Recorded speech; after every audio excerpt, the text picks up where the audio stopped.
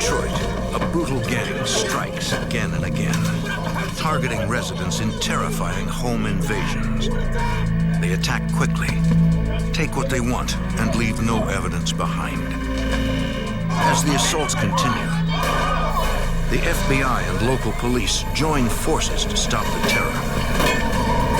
In the end, authorities come face to face with a vicious gang that refuses to be taken alive.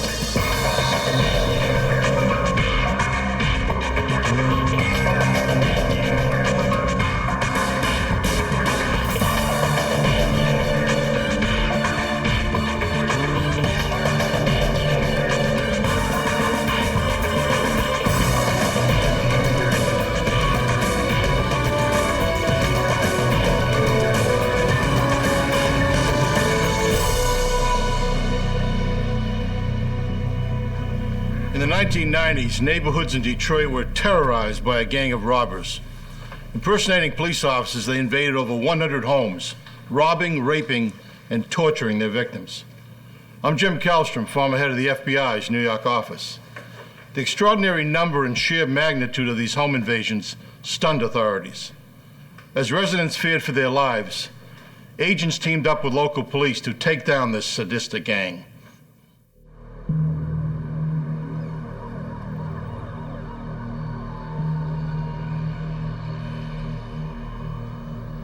Detroit, Michigan, February 1994. In some neighborhoods, narcotics trafficking is a way of life, and drug busts by the local police are routine. This raid is anything but routine.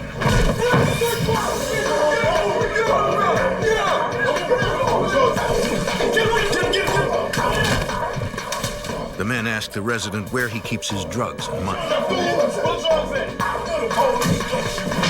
He refuses to talk, confident that police officers would never hurt him. You're the police, you can't shoot me.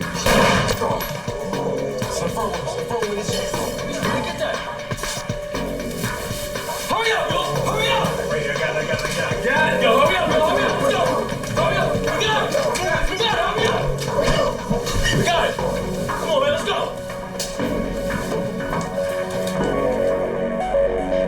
The man calls police and reports that officers broke into his home, assaulted him, then stole money and jewelry.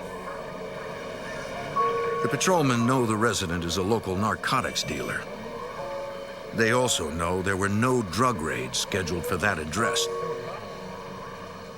Could these home invaders be rogue cops? The incident is part of a wave of excessively violent home invasions plaguing Detroit. Give it up! I don't want to have to hurt you, old woman! Averaging more than one a week, they spread fear throughout the city. Give it up! The invaders leave no useful evidence behind. In June 1994, the newly formed Safe Streets Violent Crimes Task Force dedicates itself to putting an end to the terror. It is comprised of Detroit police detectives and FBI agents, including Special Agent Michael Kosanovich. We really were determined to solve these violent home invasions. Initially, we were aware of approximately 50 home invasion robberies from the beginning of '94 up through June of '94.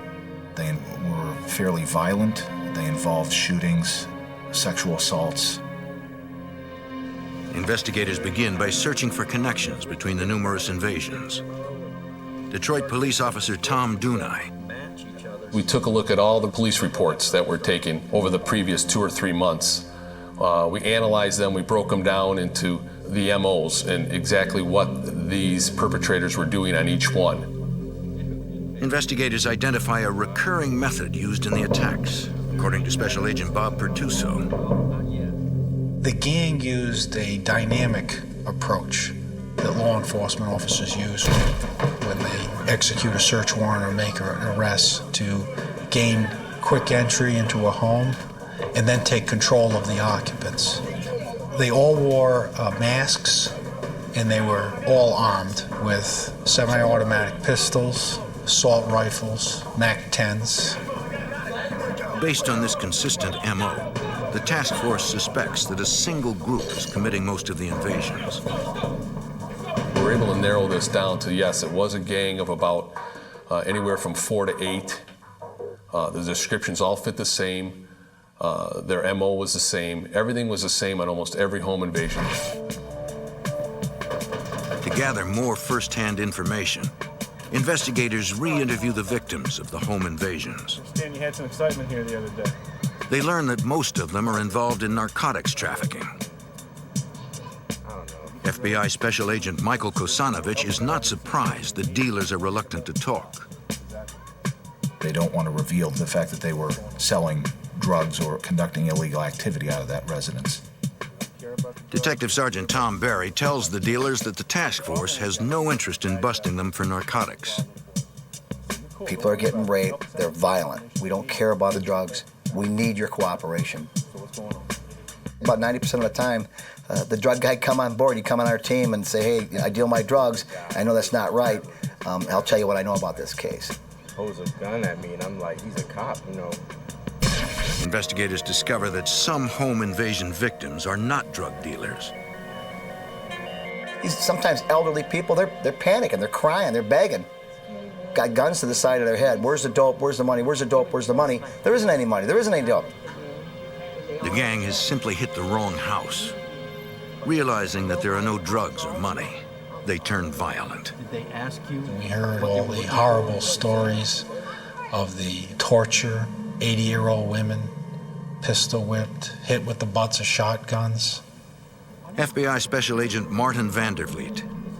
What really bothered us the most were the sexual assaults of the females who were present on 6 of the home invasions.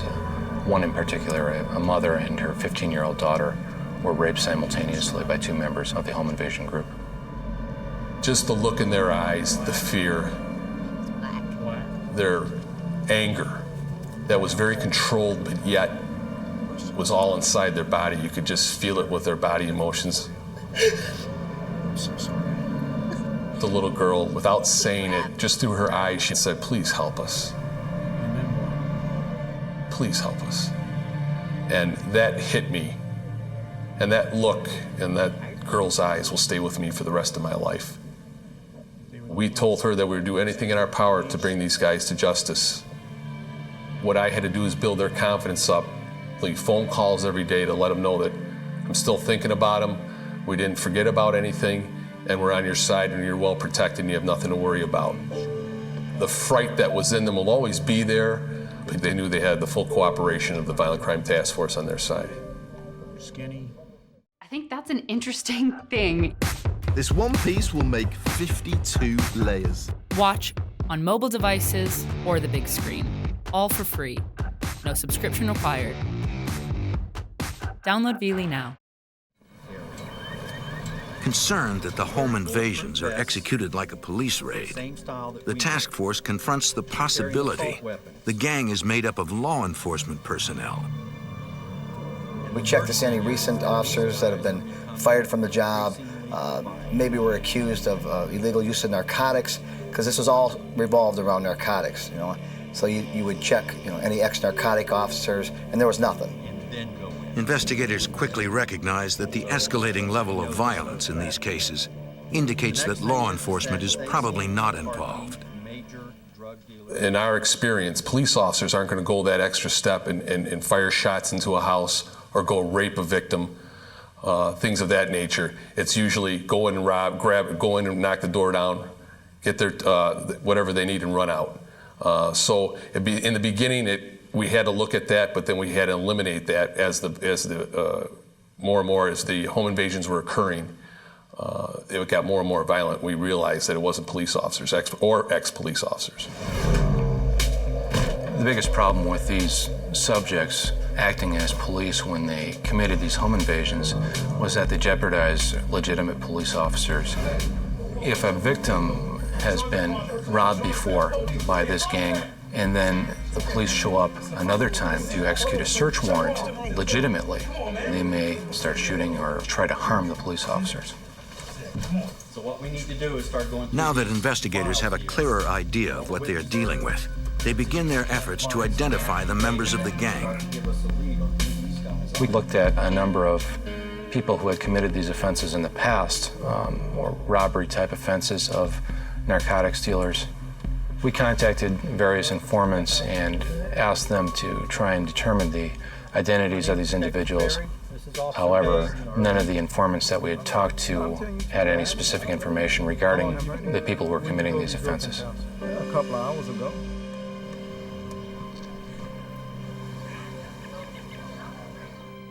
Over the next month, the home invasions continue, but the task force makes little progress. Every home invasion in the city of Detroit where people went in posing as officers, we, the Violent Crime Task Force, would respond to it. So we got first-hand information, try to get a feel, are these our guys, are these not our guys, why are they or why are they not?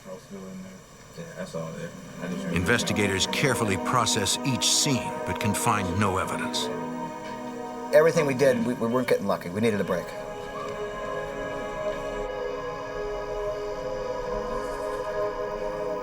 July 26, 1994. Nearly 2 months after the investigation began.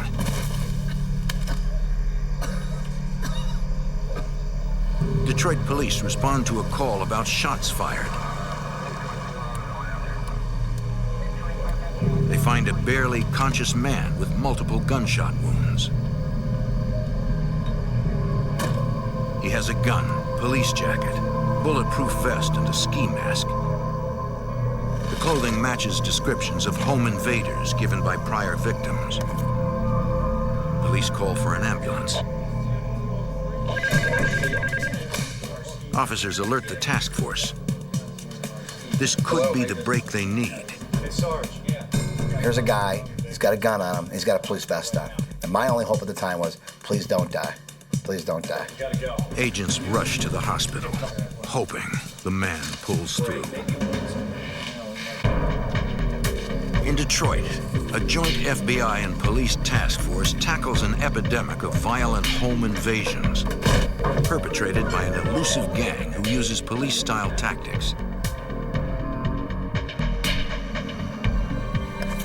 Authorities get a break when they find and arrest a critically wounded man who they believe is part of the ring.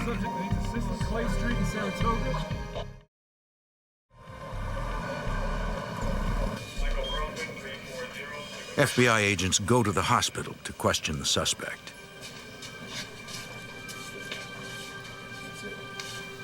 Fingerprint identification reveals that his name is Dante Garrison. You wake up for us a little bit? FBI Special Agent Martin Vandervliet. He was in pretty bad shape at the time, having been shot 3 times in the arm, the leg, and the stomach. Don't talk to us. We're not going to be able to do anything to get He said he was aware of some robberies which had occurred, but he didn't want to go into specifics at that time.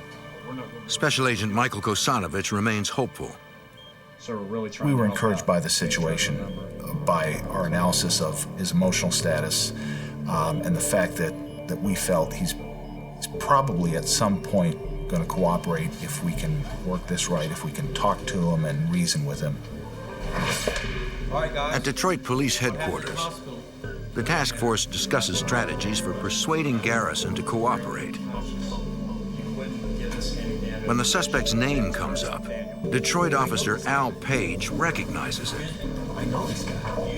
He says he knows his family and had even once held Garrison when he was a baby. To Detective Sergeant Tom Berry, this is an extraordinary stroke of luck. Now, what are the odds of that? So not only did he get shot and didn't die, we got one of our officers that knows him. This couldn't be any better. Investigators return to the hospital, and Officer Page exploits his relationship with the suspect's family, hoping to cajole Garrison into cooperating. The ploy works. Garrison agrees to talk in exchange for immunity from prosecution. He admits that he is in fact a member of the home invasion gang and explains that his shooting was the result of an invasion that went terribly wrong. But one of the occupants of the residence had seen them, said something, and they had fled. They believed that they could come back and successfully commit the home invasion the next night. However, the occupants of that residence were ready and waiting for them.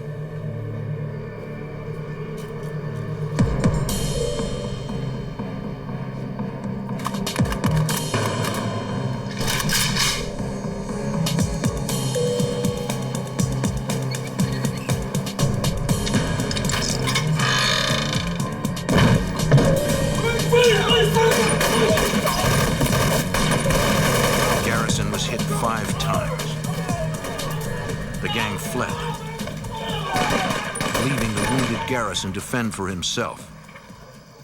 Special Agent Bob Pertuso. And that was the difference between these criminals and law enforcement. A law enforcement officer would not leave a fellow officer shot in some backyard. Knowing Garrison is in poor physical shape, the task force keeps the interview short. They need to keep him healthy. He was eventually moved out of the hospital and allowed to recuperate at home. Once he became capable of moving around without any assistance, it was decided that we should take him to an off-site location to have him fully debriefed. The FBI secretly moves Garrison to a safe house outside of Detroit. Investigators inform him of the potential consequences of cooperating with the task force, according to Detroit police officer Tom Dunai. We let him know that there is a real risk of him losing his life if these guys ever found out that he's talking with authorities about what has occurred. And he wanted protection to make sure nothing would happen to him. And naturally, we gave that protection to him and let him know his name wouldn't be brought up until the day of court. The way it worked. During intensive interviews, Garrison reveals that the gang has several more members than previously suspected. As it turned out, it wasn't the same group of individuals who were committing these home invasions every time. It might be from 3 to 10 members. And it really depended on who was available when the call went out, who could respond to commit that home invasion that evening. If they were available, they would go. And if they needed money, they would go. If they didn't need money, maybe they might stay home that night. He's like, Garrison divulges that 2 career criminals control the gang. real big, muscular. Obie Carter and Andre Woods. Obie and Andre Woods directed and determined which targets would be hit and which individuals would go on specific home invasions. Once a residence was targeted for a home invasion, Obie Carter would page all the gang members that were going to be involved that night. A few of the members would go out and conduct some surveillance on that location. They would try and identify residents, how many, ages. They would return back to the gang, debrief everyone, and then meet again later that night to actually conduct the home invasion. Garrison reveals that Andre Woods actually stages mock-up raids for training purposes. Andre Woods had taken the gang members to vacant houses to practice police-style raids, so that they would be familiar with techniques as far as how to make entry into the residence. They would enter just as the police would enter to secure it. Once the residents are neutralized, the gang interrogates the victims. According to Garrison, Woods is extremely violent. He rapes some of his victims and tortures drug dealers when they won't talk. Every week, every 2 weeks. A lot of times, if the victims would not tell them where the money or the drugs were, they would physically beat them or shoot them until they were willing to provide that information. Garrison describes one home invasion in which the gang tortured an elderly drug dealer. They put the guns to him. Where's the dope? Where's the money? I don't know what you're talking about. I don't know what you're talking about. They shot him in the leg. And he's in agonizing pain, and they're just hammering him again. And they didn't want to kill him. They wanted him to tell them where the drugs and the money was. Shot him again in the leg and said, "Hey, MFer, where's the drugs? We know you got the drugs. We know it's here. Where's it at? Give us, or you're gonna die, you're gonna die, you're gonna die." And they shot him again. They told him where it was at. Got their money, got their drugs, and they're on their way.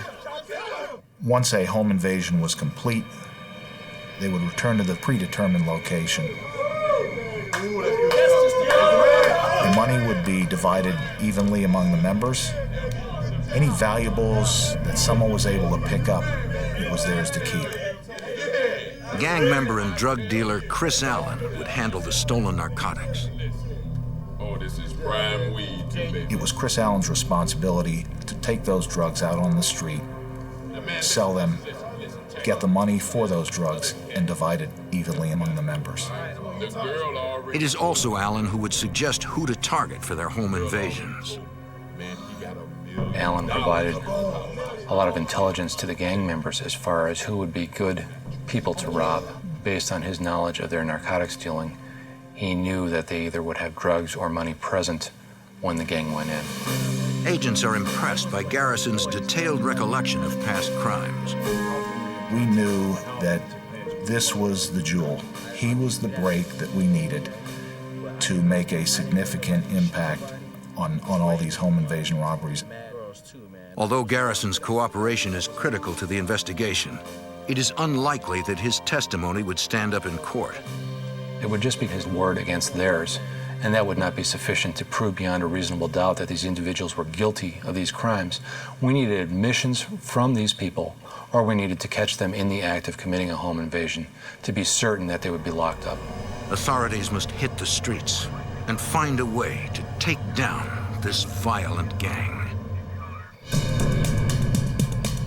Detroit police and the FBI work to shut down a dangerous home invasion gang.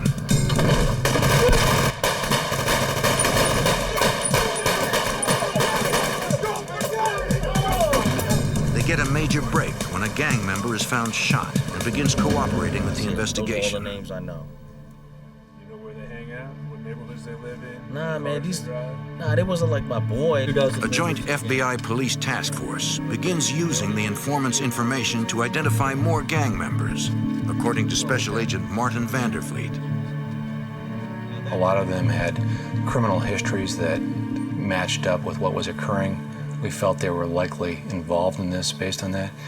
And we went out and did physical surveillance of their residences and could see that they were associating with other members of the group.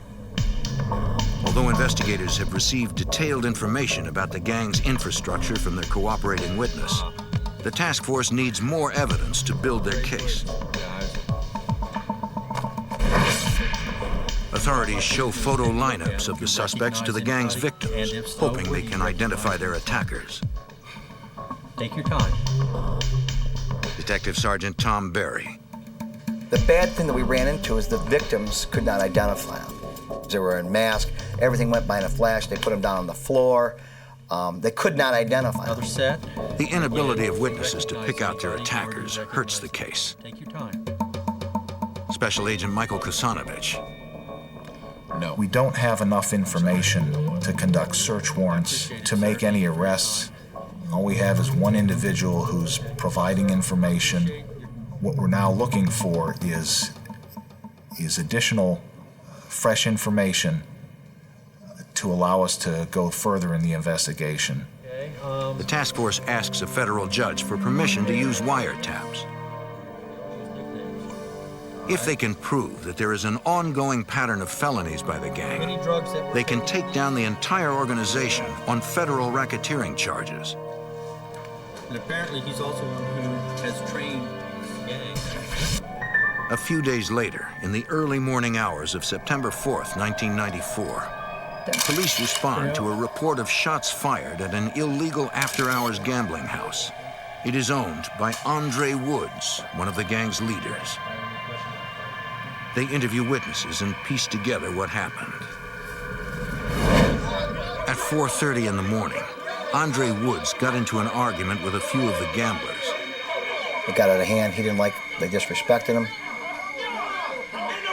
Gunned him down, cold blood. Just wiped out, 4 human lives in a second. He just kind of walked out. That's just the way he was.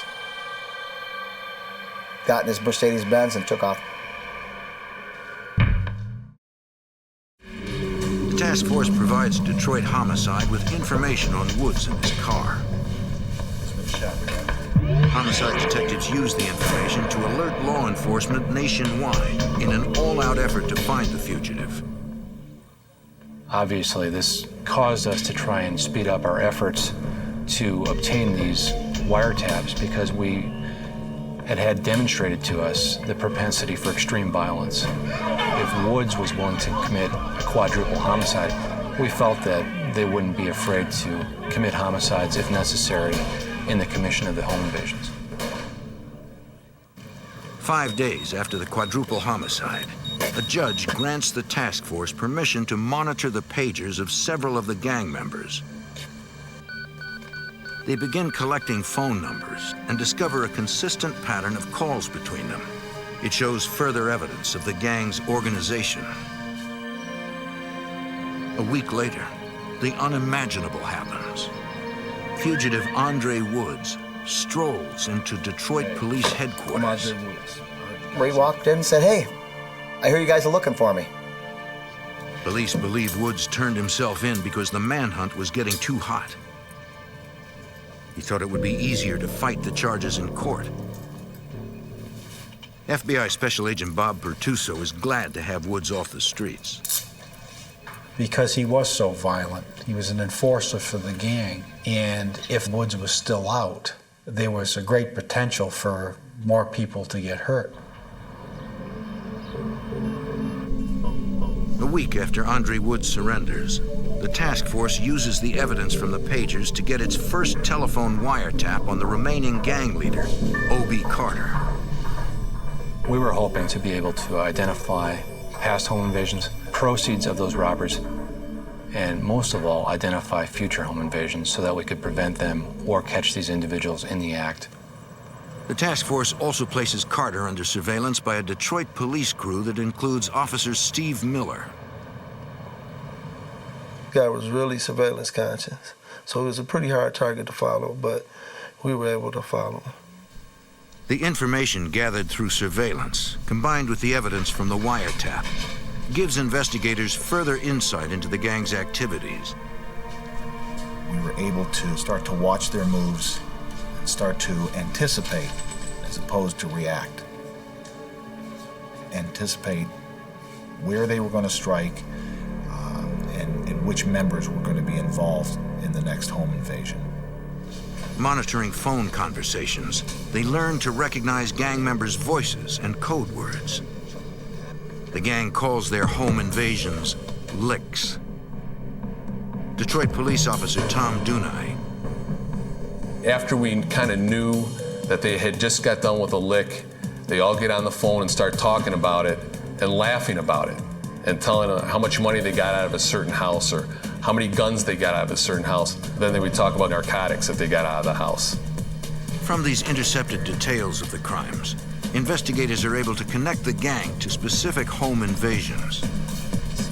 They weren't very descriptive, but they were descriptive enough where we knew what they were talking about, what they got out of the house. So we were able to match that up with the reports of the victims stating to us what was taken from the house at the time of the home invasion.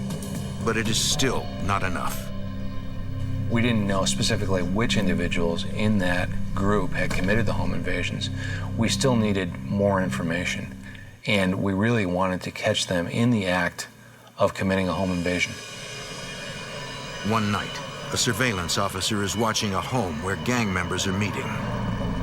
Suddenly, an unmarked Detroit police car pulls up. Before surveillance can radio a warning, 4 plainclothes officers jump out and head in the direction of the gang house. Dispatch tells surveillance that the 4 are working on another case, looking for a possible fugitive at the house next door. The officer is worried that the violent gang members don't know it.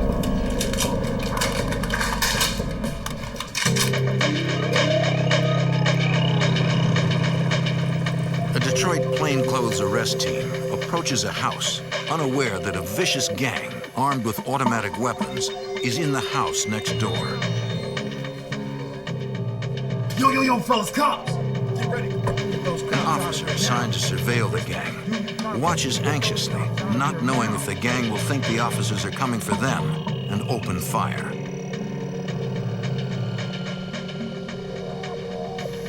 After a few tense moments, the officer is relieved to see no indication of a gang response.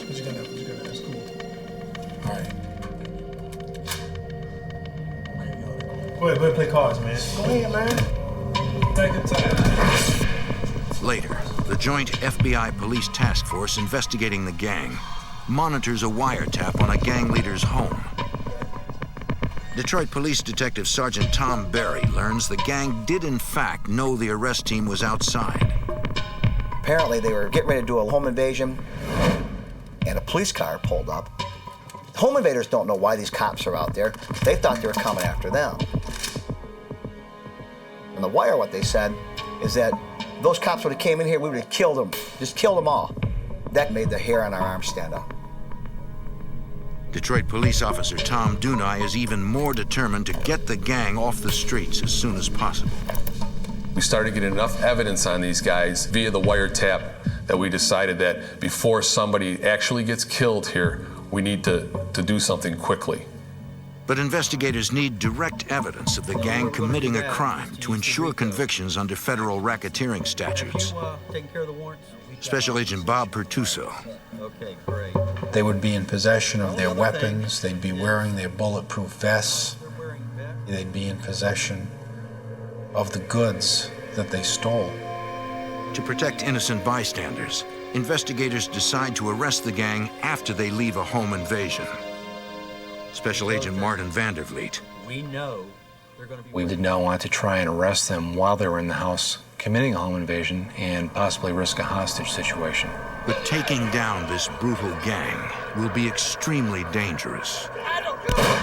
They had attempted to kill people, rob people, sexually assaulted women. Very violent.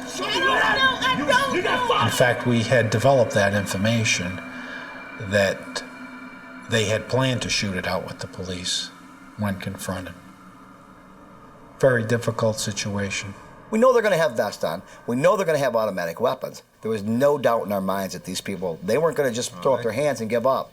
They're going to shoot it out. You going with me out here for a minute? Because of the large number of individuals who were involved, as well as the weapons that they were carrying, they were heavily armed with AK-47s, MAC-10s, Uzis, all the dangerous weapons out there in the street. We believed that we needed to use a SWAT team to arrest these individuals. Agents meet with the SWAT commander who lays out the plan. The tactical squad responsible for making the arrests will hide inside an ambulance. With its emergency lights activated, the ambulance will approach the home invader's vehicle from behind as if it were passing.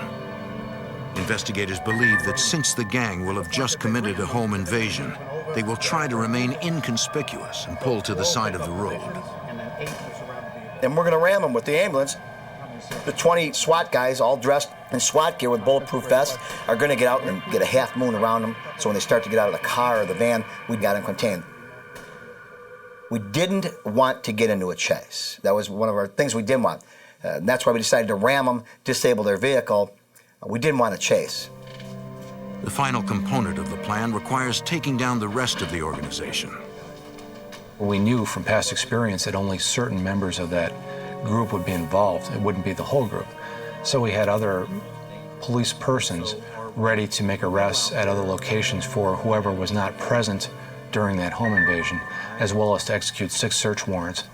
We had hundreds of agents and police officers involved in our plans for the takedown of this group.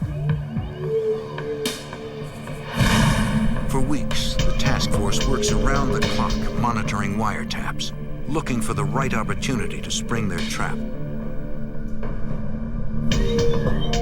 Then, on November 9th, they hear gang members planning their next home invasion. When we intercepted conversations about a plan to do it in 2 days, we were at a great tactical advantage. We had our federal search warrant signed, we had the assignments to conduct the searches, and of course the tactical people were actually going to handle the arrest. Unfortunately, gang members don't mention where the home invasion will be. We don't know where yet. The next day, surveillance watches 2 gang members drive through a neighborhood as though scouting for a potential target. The task force now believes they know approximately where the home invaders will strike. Police headquarters, November 11th. With the home invasion only hours away, Deadly serious. the task force goes over the plan with team leaders one final time. Their intent. To underscore the danger the officers face, they play a tape recording of the gang's threat to kill police. We played that tape for the people who were going to take these people down later on.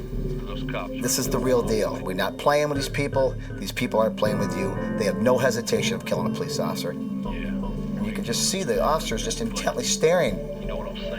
This is real. These guys are going to kill us. At this point, we had been investigating this group for several months, and it was a relatively long-term investigation. And I think most of us on the task force wanted to conclude it, wanted to get them arrested. So we were pretty excited. I think the adrenaline level was pretty high, and we really were expecting that this was going to be the conclusion. One way or another, we were going to get these people locked up that evening. SWAT gives Officer Steve Miller and the rest of the surveillance teams armor-piercing ammunition for their handguns in case the takedown becomes a gunfight. We knew these guys wore the same kind of armor we wore, you know, exact same stuff in there. And we knew that they were shooting armor-piercing rounds out of their weapons. So, you know, we had to try to at least be on level par with them. That evening, surveillance observes the home invaders traveling in 2 cars. They drive to the area they drove the day before. Everybody's tightening up. They drive by the house and they leave. Well, they don't do the robbery. So we're thinking, what the heck's going on? FBI Special Agent Martin Vandervliet follows the gang from a distance.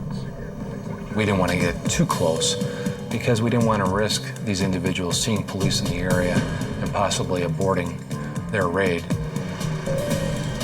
The home invaders enter a dark alley and suddenly cut their headlights. They disappear into the darkness, making it impossible to tell whether they parked or continued through the alley. We're not panicking, but where the heck are they at? Where the heck are they at? Police cannot move in for a closer look without potentially blowing their cover. If the home invaders get away, they will be free to commit another heinous crime. The FBI and Detroit police tail a gang of violent home invaders, hoping to catch them in the act. Authorities are anxious to bring closure to a 6-month investigation. Here we go.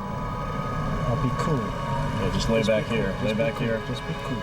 But when the home invaders cut their headlights, police lose them.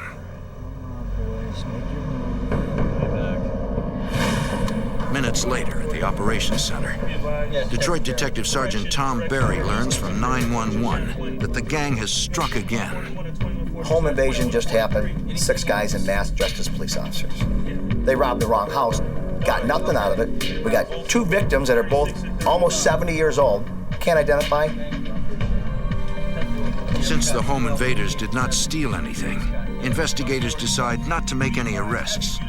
There's simply no evidence to tie the gang to the crime. We can't prove our case, so we sit and we wait. Agents and officers scour the area looking for the home invaders.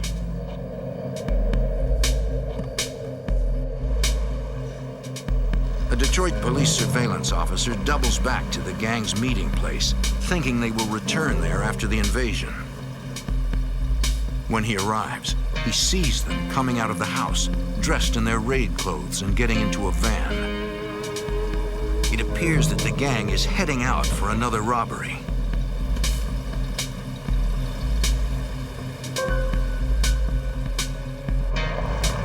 When gang members are dropped off at a house, Miller is right behind them. I ducked into a nice little parking space where I could see the front of the house and I could see the van. I adjust my mirrors, you know, and get in my surveillance mode. Finally, authorities are in position to actually see the home invaders commit a crime.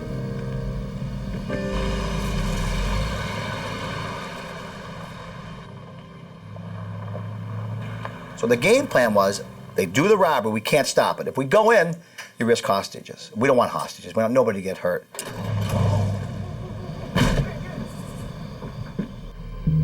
Suddenly, Officer Miller notices the home invader's van creeping up behind him. My heart starts pounding, you know, I'm like, this guy saw me. I got my weapon in my hand, you know, and just in case anything happens, you know, I got to be ready.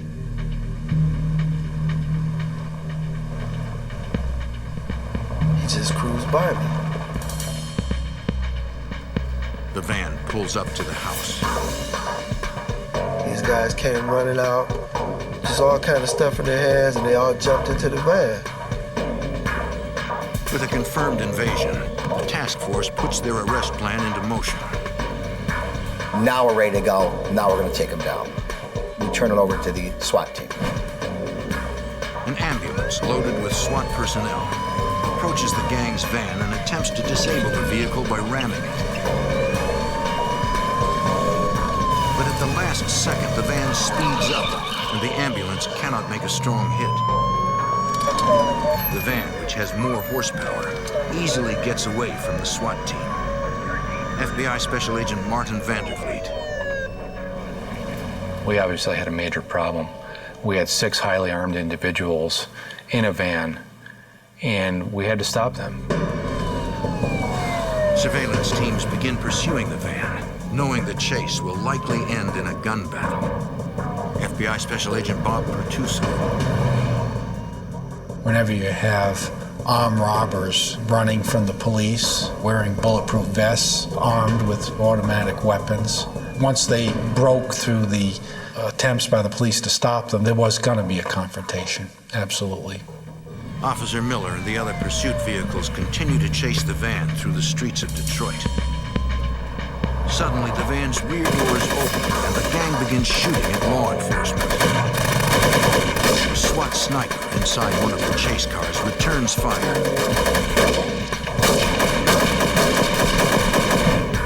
At police headquarters, Officer Tom Dunai continues to monitor the chase.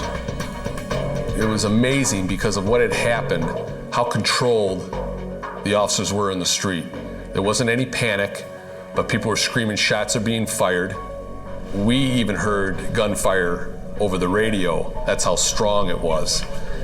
And in my heart, I was scared for the officers at that point. Just stay with them.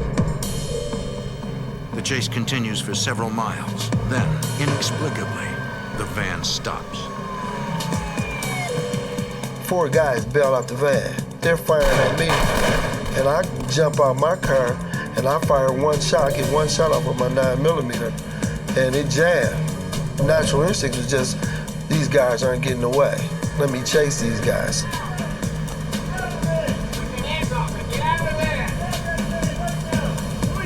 SWAT officers order the remaining 2 home invaders to exit the van.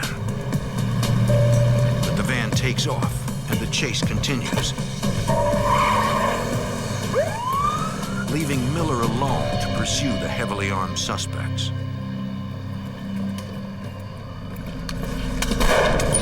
It was like I could feel the bullet going by. To this day, I can't explain to you why I didn't get shot. I say, okay, police, we got you surrounded, come out. Miller thought other officers were following behind him. He suddenly realizes he's all alone. And it's like a ghost town. I mean, nobody there. Even worse, he does not know where his attacker has gone. The FBI and Detroit police engage in a running gun battle with a violent home invasion gang. Officer Steve Miller narrowly escapes an ambush. When backup arrives, Miller begins searching for his attacker. We start going up eastbound on Pasadena, just checking. Sure enough, get about 5 houses up, and this guy is laying face down. So I'm like, okay, get up, get up. And, he wasn't moving, kind of lifeless, so I greased around the field, to see if I could get a pulse from him. He's dead. He's dead. He's later identified as Obie Carter, the gang's leader.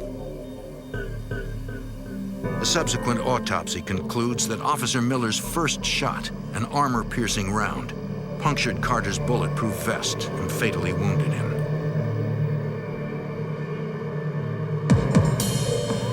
Miles away, the police chase comes to an abrupt end when the gang's van breaks down. The two remaining home invaders jump out of the van. One surrenders, but the other will not go down without a fight. FBI agents pursue the fleeing gunman.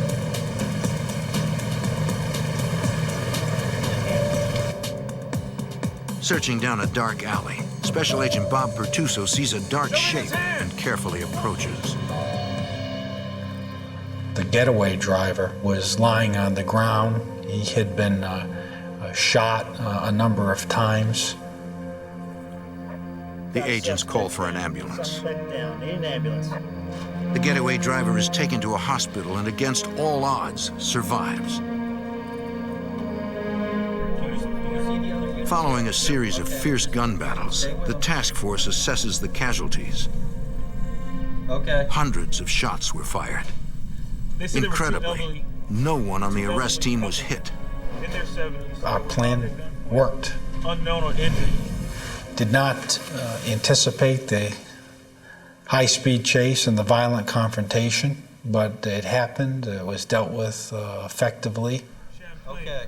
But only 3 of the 6 gang members involved in the chase have been apprehended. Detroit police officer Tom Dunai tries to locate them. Detective Barry here. What I had done was call local hospitals to find out if anybody was admitted with a gunshot wound. And we called around a few hospitals. We had a hit at one hospital, and they says, oh yeah, somebody just came in with multiple gunshot wounds.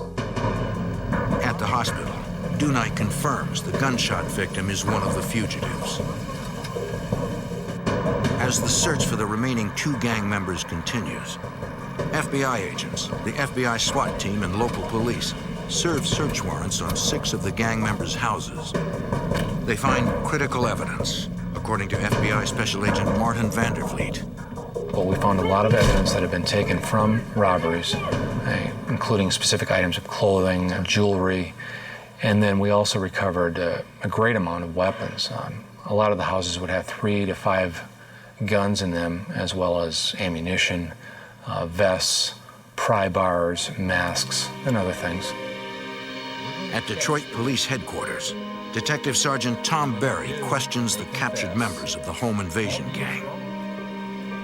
He lets them know they are facing long prison terms and that those who cooperate first may get reduced sentences.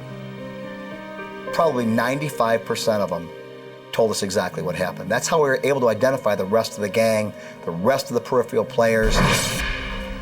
Over the following months, the task force systematically arrests gang members. In the end, a total of 29 are convicted and sentenced on federal or state charges in the biggest home invasion prosecution to date. This particular task force, it was the first major task force between the FBI and the Detroit Police Department. We wanted to do a good job for those victims. We made a difference. We really made a difference to the city of Detroit. We did make it a safer place. Well, it just goes to show you that when law enforcement agencies can work together smoothly with the right people, anything can be accomplished. Thanks to the collaborative efforts of the Detroit Police Department and the FBI, the violent home invaders gang is dismantled forever.